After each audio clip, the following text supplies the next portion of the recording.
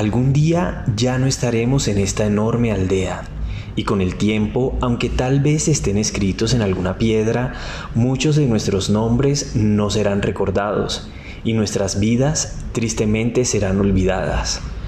Por eso te invito a que tengamos una cita para escuchar historias inspiradoras de personas con experiencias únicas y valiosas. Cada episodio de este podcast te llevará a escuchar el eco de una voz con relatos de vida que muestran la autenticidad y diversidad de nuestra comunidad. Esto es Ecos de la Aldea. Hola a todos, bienvenidos a esta cita con la historia. El día de hoy pues nos acompaña precisamente Ian Mejía. Ian, mucho gusto y gracias por aceptar esta cita acá en este espacio. Buenos días, muchísimas gracias por la invitación. Bueno, Ian, eres tatuador, ¿cierto? Sí, señor, tatúo profesionalmente en Soacha. Tengo un negocio aquí en Soacha, me dedico a eso. Ok, pero Ian no es de Soacha, Ian viene de un lugar que tiene muchísima historia, pues no de la Sí. forma en la que quisiéramos recordarlo, pues fue una tragedia bastante grande que marcó la historia de nuestro país en el año 85, lo recuerdo muy bien porque fue en el año en el que nací. Pasaron muchas cosas ese año y precisamente Ian viene de allí, viene de Armero. Cuéntame un poco qué recuerdas de ese momento. Listo, bueno, la tragedia fue el 13 de noviembre de 1985, fue el día de la tragedia. Mi papá, la familia de mi padre era de Armero, Tolima, ellos vivían allá. Conocí a mi madre, no recuerdo muy bien cómo fue, pero ella va a Armero y se establecen allá con la familia de mi padre. Era normal en esa época entonces que hubiese ceniza, que hubiese olores volcánicos, que hubiesen cambios de temperatura, era normal, pero ese día en especial hubo muchísima más actividad volcánica, digámoslo así, entonces había más ceniza en la calle, habían cosas que no debían ser según cuenta mi padre. Yo realmente tengo recuerdos muy vagos, yo tenía 5 años en ese momento. Entonces él acude a los vecinos para decirles que si por favor le facilitan un carro, un vehículo para irse al pueblo más cercano, que era Mariquita en ese entonces. Pero pues como te digo, como eso era normal para todas las personas, pues realmente nadie hizo caso, hicieron caso omiso. Ya en la noche, él ve un poco, no sé, su instinto de supervivencia, qué sé yo, le dice a mi madre que nos traslademos al pueblo más cercano. Ella un poquito duditativa, de, ¿será que sí, será que no? Y si las cosas, bueno, lo que yo recuerdo de esa noche fue corriendo. Aún cuando nosotros salimos de ahí del pueblo, salimos caminando. Mi padre llevaba a mi hermana, que era mayor que yo, 5 años, en esa época entonces ella tenía 10 años, y mi madre me llevaba a mí a los brazos. Recuerdo que caminamos mucho, no se veía nada, pues era una carretera casi que destapada, inclusive era una trocha casi en esa época. Cuando llegamos a Mariquita fue que supimos ya de la avalancha. O sea, en el transcurso en el que nosotros caminamos al pueblo ocurre la tragedia, o sea, así fue. Ok, iba tu hermana, tu mamá, tu papá, tú y ¿quién más? ¿Cuántos hermanos son ustedes? Somos 3, pero ya mi hermano fue luego, él nace acá en Bogotá. Ah, ok, entonces ustedes pasan la tragedia de Armero y ustedes se vienen para Bogotá. Luego ya nos trasladamos del centro a Suba, después que pasa eso. Como te digo, pues no tengo recuerdos fue un tema que no se volvió a tocar. Ok.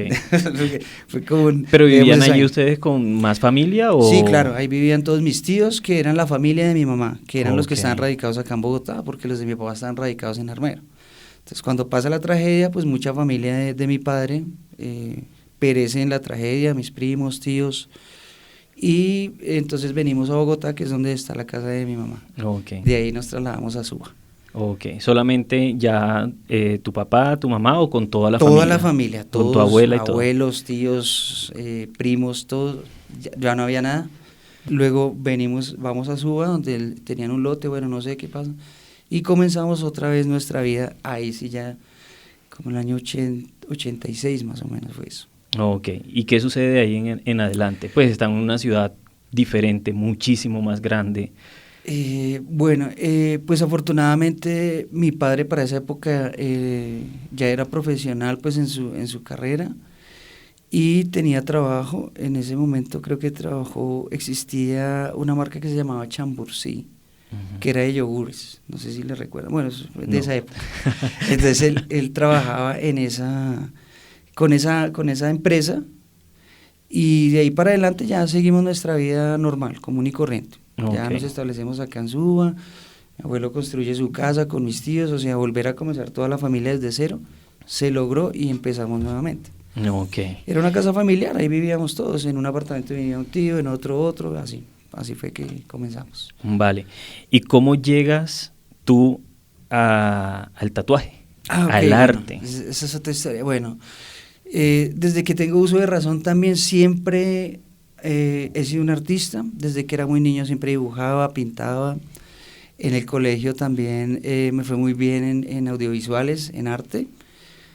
Estudié en un colegio en Suba que era muy bueno, que tenía aulas en esa época, siendo en los 90 más o menos, para cada cosa. Entonces tenía su salón de química aparte, su salón de artes aparte, su teatro aparte.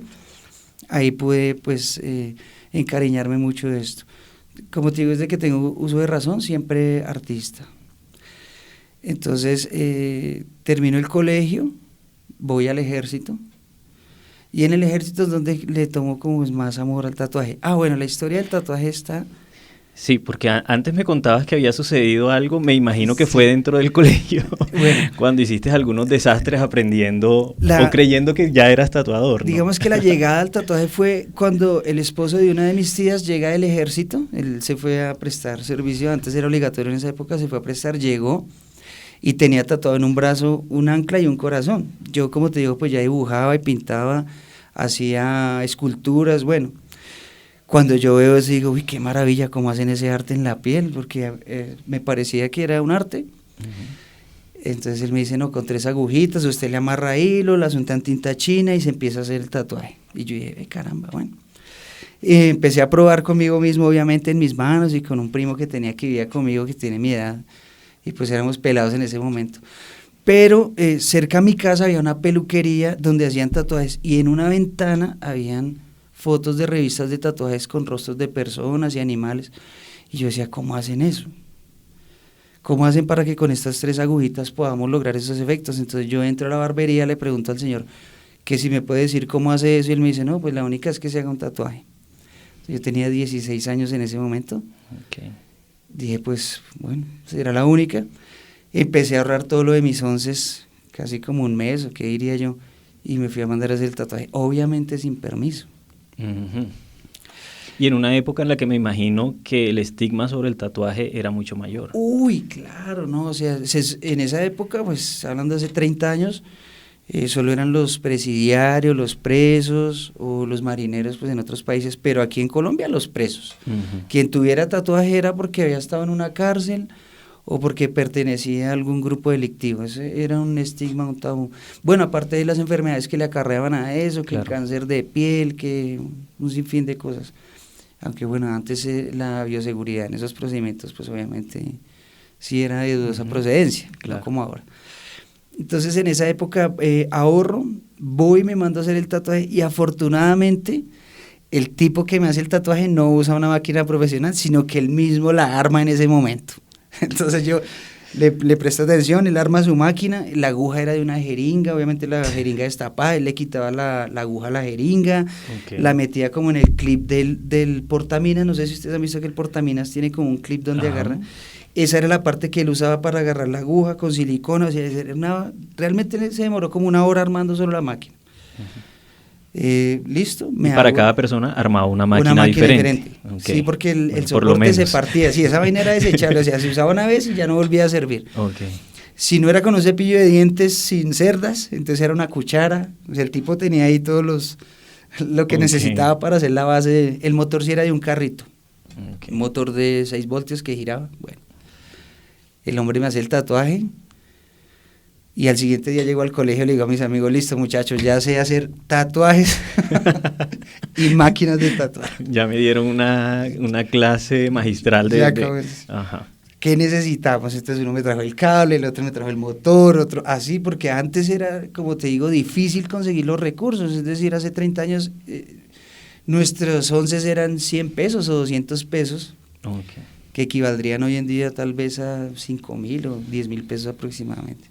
Para una persona de 16 años, difícil conseguir ese dinero si sus padres no se lo dan. Entonces, conseguir los recursos como 1 metro, 2 metros de cable era casi hasta imposible porque no teníamos cómo, ¿sí? Pero pues los compañeros, cada uno, yo llevo el cable, yo llevo el cepillo, yo llevo la cuchara, yo llevo la jeringa. Comenzamos a hacer tatuajes así, de esa manera.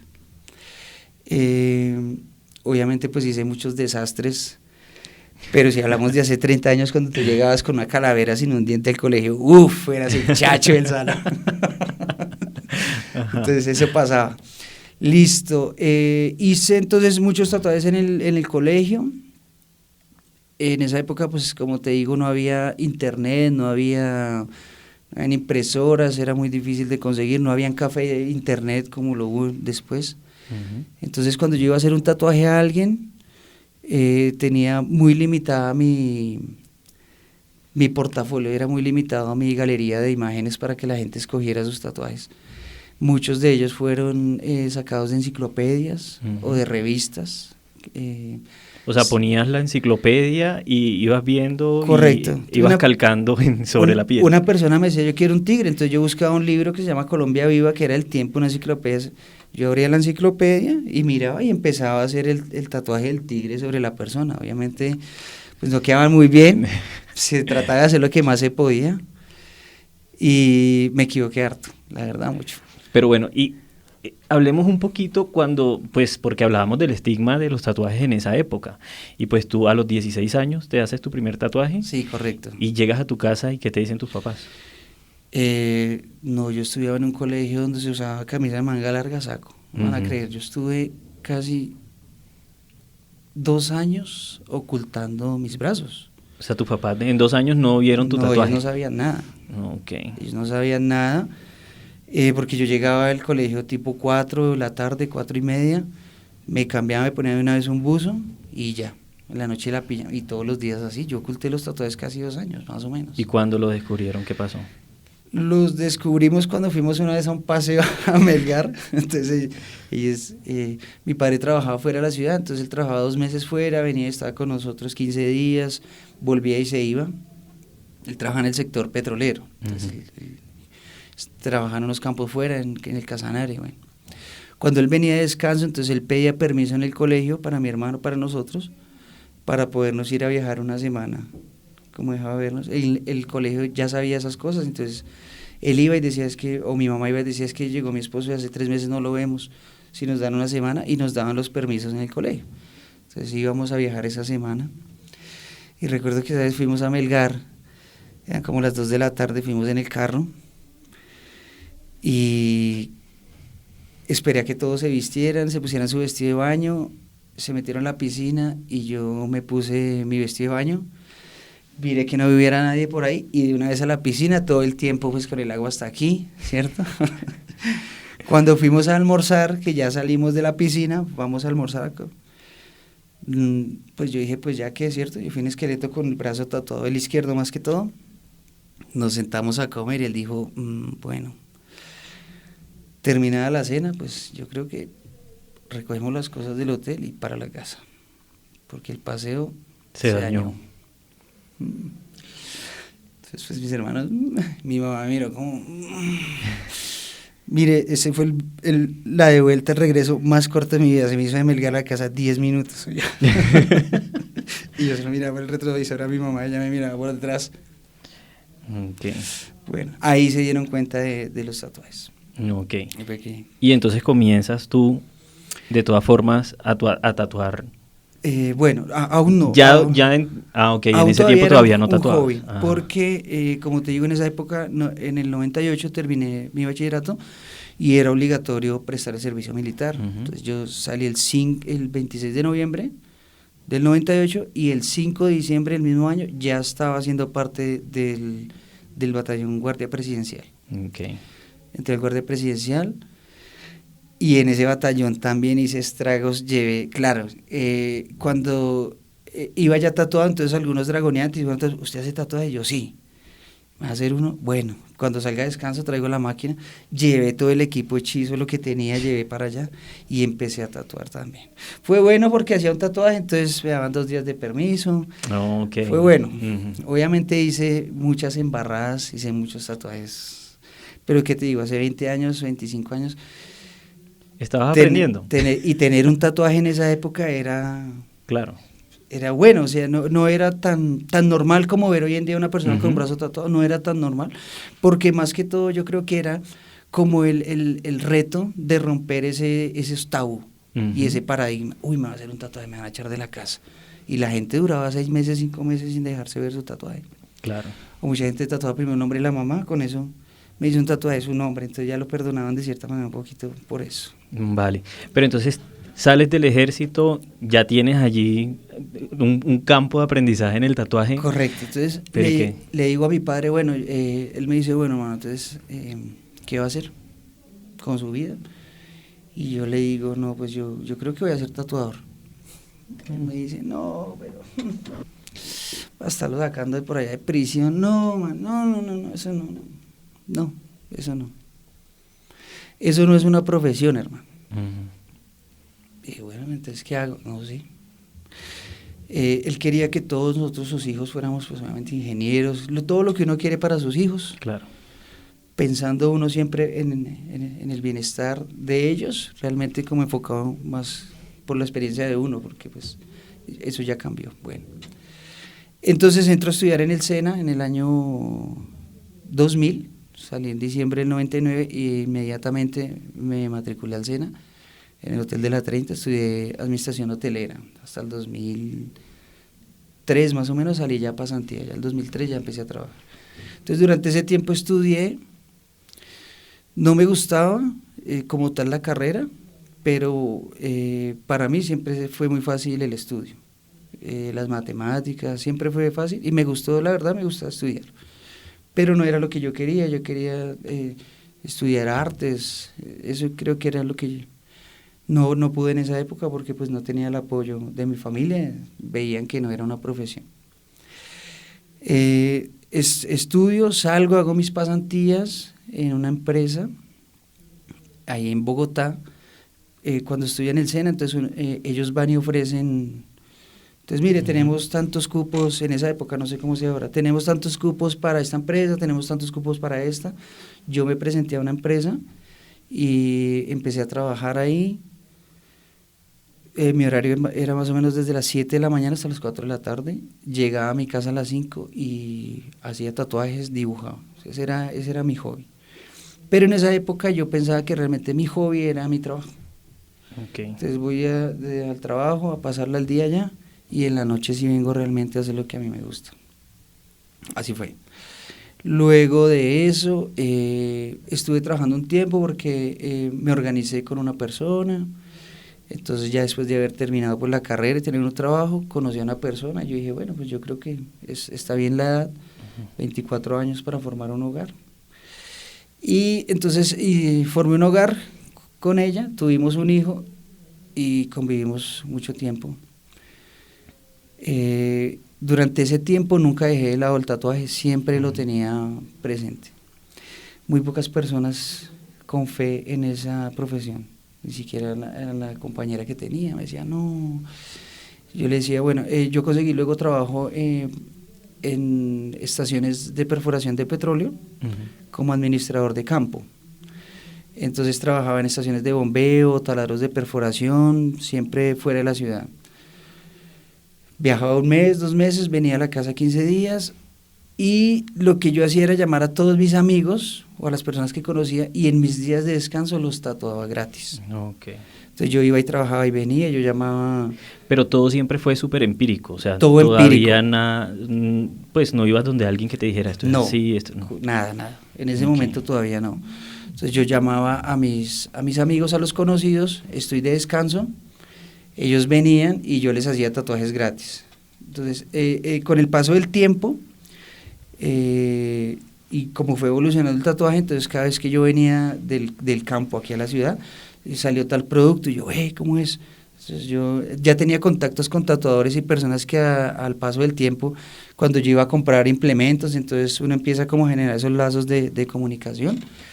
Y más o menos como en el año, estamos en 2024, como en el año 2019, antes de entrar a pandemia, decido ya no trabajar más. ¿Pero y qué te llevó a tomar esa decisión? Bueno, lo que me llevó realmente a tomar la decisión de abandonar ese trabajo fue la separación que tuve con la madre de mi hijo. Okay. Nos separamos porque lo que te digo, el tiempo que yo permanecía allá y volvía, la distancia hizo que ya cada uno quisiera como emprender su camino y decir, bueno, ya llevamos tanto tiempo en esto sin poder cada uno hacer lo que realmente quiere. Yo lo que te digo, yo decía, yo quiero ser artista del tatuaje. Entonces yo no sentía ese apoyo, decía, bueno, estoy como con las alas amarradas, ¿sí? Porque yo creo que ya es tiempo. Nos separamos y cuando nos separamos, yo siento que ya no tengo como tanto esa carga de responsabilidad, ¿sí? De llevar un hogar. Pues no sé cómo se vea esto, pero es cuando uno tiene una carga, unos compromisos tan fuertes, hay un compromiso que nos obliga inclusive a hacer cosas que nosotros no queremos, como trabajar en algo que no nos gusta, por ejemplo. Cuando ella se va y yo quedo solo con mi hijo, yo digo, bueno, pues es momento de verdad de decir, me toca hacer algo por mí. No puedo vivir frustrado toda mi vida, viviéndolo ahí a los demás, haciendo felices a los demás. Suena un poco egoísta, ¿cierto?, al inicio, pero ya cuando uno lleva 20 años de vida compartiendo con alguien y diciendo, oiga, estoy haciendo todo lo que los demás dijeron, si no fue lo que mis papás me pusieron, entonces mis amigos, entonces mi familia, el estigma de la sociedad, un hogar que falló, creo que ya es hora antes de que me pase más el tiempo. Y tomo la decisión de decir, voy a ser un artista del tatuaje. Fue a finales del 2018. Entonces ya a inicios del 2019 consigo trabajo, ya tenía un portafolio de trabajo de los tatuajes que había hecho, porque como te digo, pues igual fue evolucionando, no me quedé en el 90, sino que fui evolucionando también la parte artística y todo lo que te digo, lo de bioseguridad y todo lo que fue avanzando también en la industria, yo fui actualizándome siempre, nunca dejé de lado eso. Como ya tenía un portafolio de buenos tatuajes, entonces conseguí trabajo en la 1 de Mayo, no sé si ustedes conozcan, frente a Plaza de las Américas, que es como la élite del tatuaje en el sur. Ahí conseguí trabajo, trabajé durante ese año, de 2019 todo, hasta mayo del 2020, que fue cuando llegó la pandemia. En la pandemia ese fue el área o el sector que primero cerraron. Claro. Lo que llaman cuadrapicha, que queda detrás de la cuadra de tatuajes, fue lo que primero que cerraron. Entonces de ahí a la casa. Ya fue cuando nos encerraron a todos y las personas solo podían salir cuando tenían permiso. No sé si recuerdan de eso. Sí, claro. Entonces yo ya tenía algunos clientes que había conocido en la tienda y clientes de antes que por el voz a voz de algunos amigos habíamos conocido, yo había tatuado en algún momento, empezaron a venir a la casa. Ellos venían a la casa con su permiso de rodamiento, venían y se tatuaban, y en ese tiempo yo sobreviví con eso. Listo. En julio, el 20 de julio del 2020, sufro un accidente en mi casa, me ha mordido mi perro. Bueno, no tengo o sea, ¿te quisiste tirar la toalla con el tema del tatuaje o de estar en la casa? Primero estar en la casa estancado, porque cuando uno está en la casa sin asesoría y demás, pues uno realmente no avanza nada. Esto fue lo que me pasó el 20 de julio de 2020. Sí. ¿Sí? Sí. Bueno, ya algunas personas lo han visto. En julio del 2020, ese día yo estaba atendiendo 2 parejas y como desde las 9 de la mañana hasta las 9 de la noche. No saqué el perro, era un Bull Terrier, de esos blancos. Bueno. Mi hijo lo sacaba, pero pues él le tenía como miedito, entonces él solo lo acaba de orinar, pues yo lo sacaba todos los días, en la mañana, en la tarde, en la noche. Pues, ese perro es como 10 niños metidos dentro del cuerpo de un perro, entonces hay que sacarlo. Pero ese día no lo saqué, en la noche ya las personas se estaban vistiendo para irse, yo ya había terminado los tatuajes, me han pagado, los iba a acompañar a la portería, el perro se me sienta en medio de las piernas, y cuando estaba hablando con ellos se iban a despedir, una de las señoras sacó un teléfono celular, le mostró algo al esposo, y cuando se rieron el perro me mordió el zapato. Entonces cuando me mordió el zapato yo lo cogí de la cabeza y fue cuando me mordió el brazo. Eso fue un sábado. Yo ya tenía citas agendadas para domingo y lunes porque fue un puente festivo del 20 de julio y bueno, el perro me muerde, me ataca esa noche, vamos al hospital, entonces yo hago un video diciéndole a las personas que los que me hicieron un abono me tengan paciencia que la otra semana los voy a atender. No, realmente pasaron 5 meses. 5 meses en los que yo no podía nada. No podías mover el brazo. Sí, porque la mordida fue tremendo, fue sí, tremendo, fue sí. fuerte. Bueno, me arrancó un pedazo de piel del brazo, me fracturó un hueso cuando él me mordió. Entonces la recuperación siempre fue bastante, fue un mes enyesado más o menos. Después de eso pues no podía mover el brazo porque me había roto el tendón, entonces tuve que hacer unas terapias, fueron 5 meses que no pude trabajar. Okay. Ese mordisco, pensaba yo entonces, obviamente pues entré también en un estado de depresión, ¿verdad? Pues al ver que de pronto todo por lo que había trabajado en un momento y ya cuando yo pensaba que era el pináculo en el que yo dije, bueno, ya voy a empezar a hacer, se había frustrado. Pensaba también, por mi experiencia como administrador y demás, que aún con la experiencia que tenía en mi hoja de vida, del trabajo que había realizado, pues teniendo una lesión en un brazo, no iba a ser contratado jamás. Esa es la realidad. Yo decía, si a veces estando uno bueno, no es apto para el cargo, con una lesión en el brazo, no. Entonces, ¿qué tengo que hacer ahora? ¿Qué hago? Pues ahora tengo que montar un negocio, ¿cierto? En caso de que yo no pueda volver a trabajar, y abrirle la puerta a otros artistas para que ellos pues puedan venir, trabajar, ¿cierto? Hacer público su arte y también generar dinero pues para poder vivir. Pero afortunadamente pues empecé a recuperarme del brazo más o menos como en septiembre de ese año. Empecé ya a funcionar, ya realmente no me dolía mucho. Dije, bueno, creo que sí es momento. Y comienzas a trabajar. Y esa otra parte dura de la historia. Llevaba 5 meses sin trabajar, o sea, 5 meses sin recibir ingresos. Uno que otro trabajito que salía por ahí pequeño que podía hacer pues con una sola mano, con eso nos bandeamos.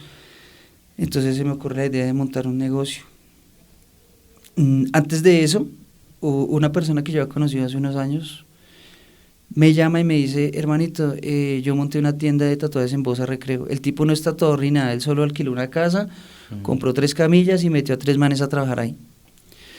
¿Le gustaría venir a administrar el negocio? Y yo dije, bueno, pues bueno, ya que no puedo trabajar tanto, pues voy a ir. Entonces, yo iba en la moto, salía de la casa, ya podía conducir, de la casa a Bosa, que yo pues vivo aquí al lado de Mercurio, y cada vez que yo pasaba por donde tengo hoy en día el local, había el aviso de decía arrienda, entonces yo pasaba y decía, ve ese local, ¿cómo será? ¿Qué tal? Voy a entrar a mirar.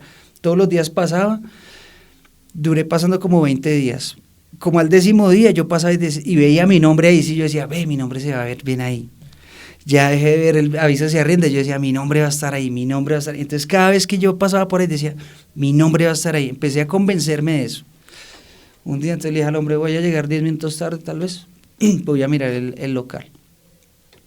Cuando entré a mirar el local, yo dije, bueno, perfecto, me caben 5 tatuadores, o sea, yo me visualicé, ya montado el negocio, y dije, no, realmente sí funciona.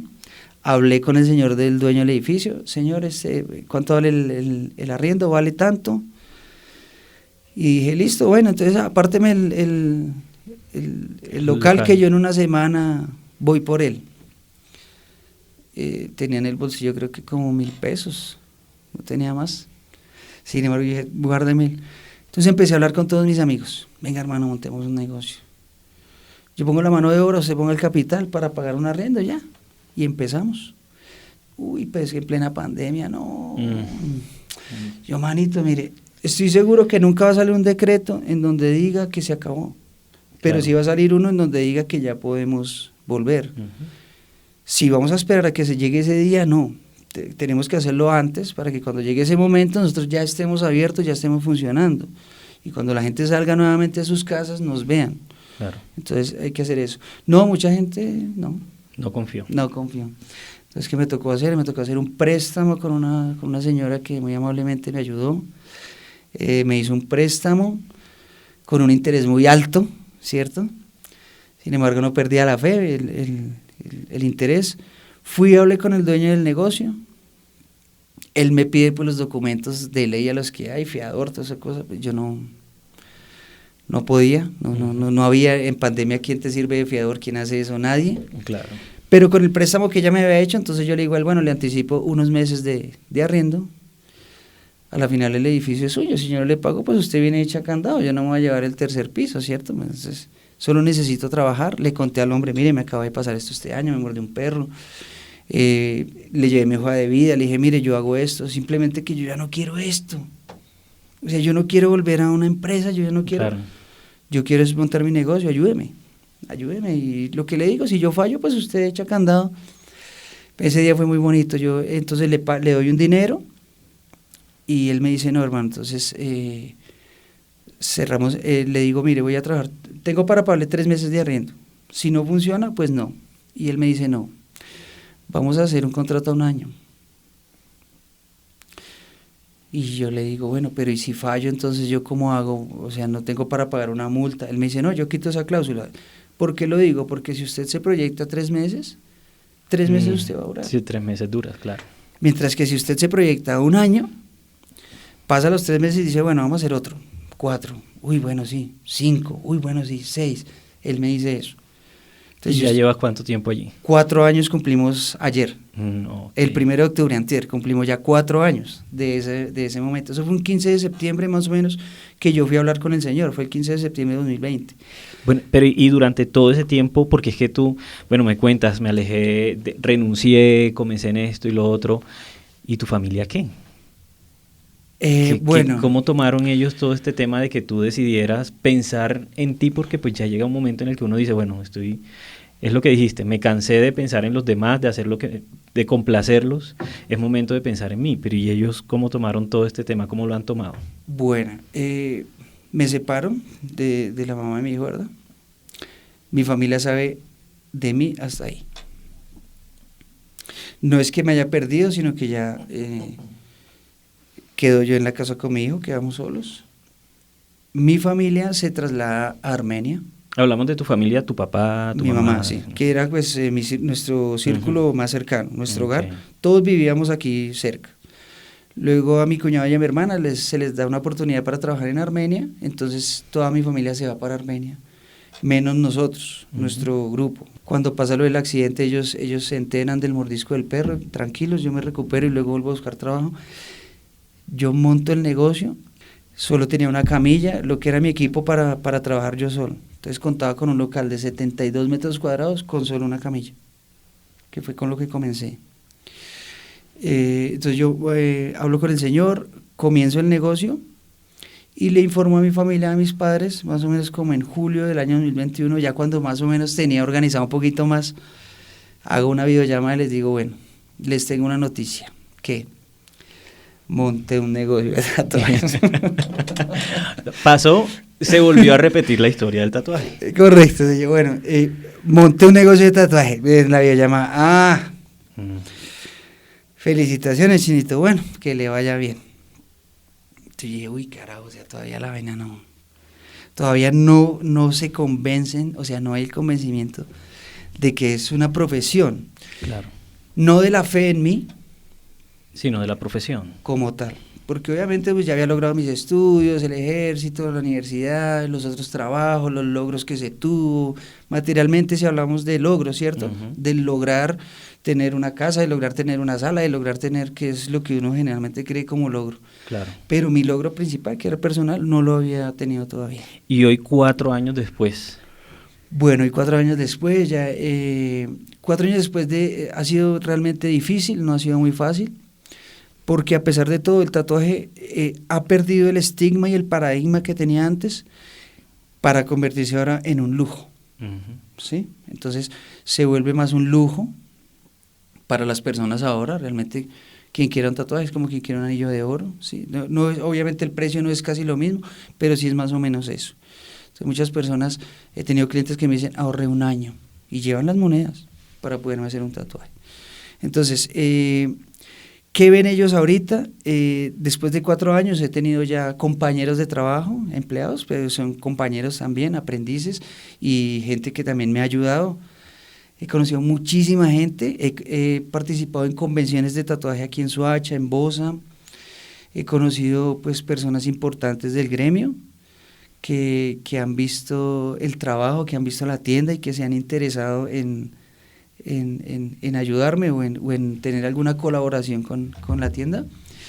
Después de 4 años ellos aún dicen, bien, estamos orgullosos del logro, pero sobre todo mi mamá, pero el arte es muy lindo, pero uy, ese muchacho toda la vida con eso, usted dañándolo. No, bueno, aún ellos no lo aceptan, no de mala manera, ni tampoco de la mejor, pero son muy tradicionalistas y por este motivo tal vez ellos aún ven como un poquito de tabú esa cuestión. Ok, ¿y tú cómo te sientes hoy en día luego de todo esto que has tenido que vivir para poder, pues después de tanto tiempo decir, no hombre, hoy sí me dedico a lo que realmente me gusta? Me siento realmente realizado, la verdad. Es decir, no es la tienda como tal, no es lo que me hace sentir realizado realmente es el lazo que se forja con el lienzo con quien yo tengo el momento de verdad. Las historias que escucho de las personas en ese momento, no sé qué pasa, cuando estoy haciendo un tatuaje, creo que se afloran muchos sentimientos y cosas de las personas. Es un momento de apertura en el que ven en mí la confianza, no sabría cómo llamarlo realmente, de poder ellos decirme todas sus cosas. Estoy haciéndole un tatuaje a una persona, entonces esa persona, uy, mire cómo le parece que hace 5 años mi esposa me abandonó, hace 5 años mi hijo se fue, hace 5 años, ¿sí me entiendes? Entonces me siento realizado por eso. En 4 años que llevo en la tienda he realizado un aproximado de 2.800 tatuajes. Okay. Tengo todas las plantillas de los tatuajes en la tienda, hice unos cuadros con ellos. Cada tatuaje de esos es una historia, cada persona que viene es una historia. Me siento realizado, realmente feliz, mucho todos los días. Nunca he tenido, desde que estoy en el negocio y en esto, la sensación de levantarme en la mañana y decir, uy, qué pereza. Otra vez. No, me levanto y digo, bueno, ya, ¿qué hay que hacer acá? Recoger, lavar un pocillo, lo que haya, para la tienda. Es levantarme e irme para la tienda. Ese es mi aliciente todos los días. Realmente es un motivo de vivir para mí. Eso, el negocio, la tienda. Pero como te digo, me siento realizado por eso, por las amistades que he construido.